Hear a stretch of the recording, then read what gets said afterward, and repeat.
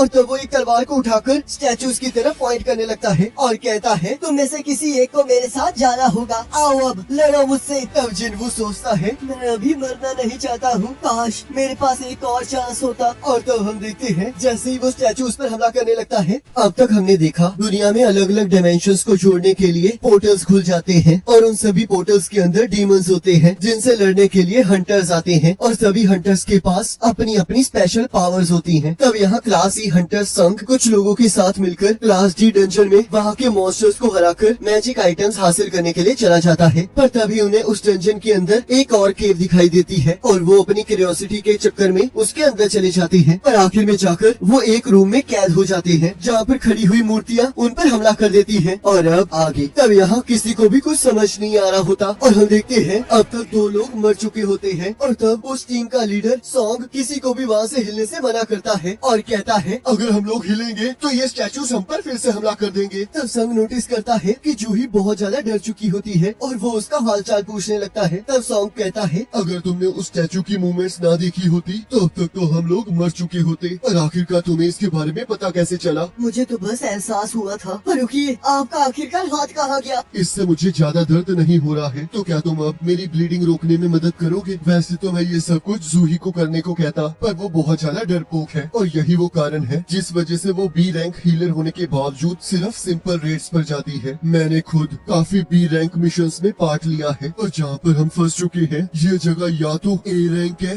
या फिर S rank. इस कार्टनन टेम्पल्स की कमांड्स उस पत्थर पर लिखी हुई थी जिसके अकॉर्डिंग हमें सबसे पहले ऊपर वाले की पूजा करनी है, दूसरा हमें उसकी तारीफ करनी है और तीसरा हमें ऊपर वाले पर विश्वास रखना है। और अगर कोई इन 3 चीजों का पालन नहीं करेगा तो वो यहाँ से जिंदा वापस नहीं जा पाएगा। तो इसका मतलब वहाँ पर जिस गॉड की बात हो रही है वो और कोई नहीं, ये स्टैचू है। तब यहाँ हमें संग की बहन का स्कूल दिखाया जाता है। तब संग की बहन की क्लास में उसके पास आकर उसके भाई के बारे में पूछती है। तब जीना कहती है, मेरा भाई एक ई रैंक हंटर है और वो हमेशा ही जख्मी होकर वापस आता है, पर आखिरकार तुम उसके बारे में क्यों पूछ रही हो? तब वो लड़की कहती है, बस ऐसे ही, अगर मैं उसकी जगह होती तो मेरी ये हालत कभी नहीं होती। तब यहाँ डंजन में सॉन्ग कहता है, हम इस चीज से नहीं लड़ सकते हैं, तो इसलिए जैसे ही सिचुएशन शांत होगी हम वैसे ही यहाँ से निकल जाएंगे और मुझे ये पूरा यकीन है कि ये आसान बिल्कुल नहीं होने वाला। और तभी एक लड़का चिल्लाते हुए कहता है, मैं यहाँ पर और ज्यादा नहीं रह सकता। मैंने अभी अभी एक बड़ी ऑर्गेनाइजेशन के साथ कॉन्ट्रैक्ट किया था, तो इसलिए मैं इस जगह पर नहीं मर सकता। मुझे अपनी स्पीड पर पूरा विश्वास है, तो मैं यहाँ से आसानी से निकल जाऊंगा। और तब वो अपनी पावर को यूज करके वहाँ से भागने लगता है और हम देखते हैं वो स्टैचू उसे जलाकर राख कर देता है और उसके सिर्फ पैर ही बचते हैं। तब संग कहता है, ये हमें किसी भी टाइम खत्म कर सकता है, पर आखिरकार ये हम सबको खत्म क्यों नहीं कर रहा है? और सोचता है, ये हमें कीड़ों की तरह मसल सकता है, पर ये फिर भी कुछ नहीं कर रहा है, तो इसका मतलब ये उन मैजिक बीस्ट से बिल्कुल अलग है। और तभी उसे वो 3 रूल याद आते हैं और तब वो सॉन्ग से पहला रूल पूछता है जिसके अकॉर्डिंग उन्हें गॉड की वर्शिप करनी होती है। तब संग कहता है, इस डंजन के कुछ रूल्स हैं। और खड़ा होने लगता है। तब सॉन्ग उसे रोकने की कोशिश करने लगता है पर उसकी आंखों को देखकर कहता है, तुम्हारी आंखों को देखकर साफ साफ पता लग रहा है कि तुम अभी मरना नहीं चाहते। और तब हम देखते हैं संग के खड़े होते ही वो स्टैचू उस पर हमला करने लगता है, पर जैसे ही संग झुकता है वो स्टैचू अपने हमले को रोक लेता है। तब संग सभी को नीचे झुके रहने के लिए कहता है पर किसी को भी कुछ समझ नहीं आ रहा होता। क्या तुम्हें कुछ पता चला है? तब संग जिन्वू कहता है, फर्स्ट रूल के हिसाब से हमें एक हाइट के नीचे ही अपने सिर को रखना होगा ताकि ये हम पर हमला ना करे। तब सभी लोग ऐसा ही करने लगते हैं। तब किम सोचता है कि हम लोग सच में ऐसा करने से बच जाएंगे, पर तभी हम देखते हैं वो स्टैचू ये सब कुछ देख के स्माइल करने लगता है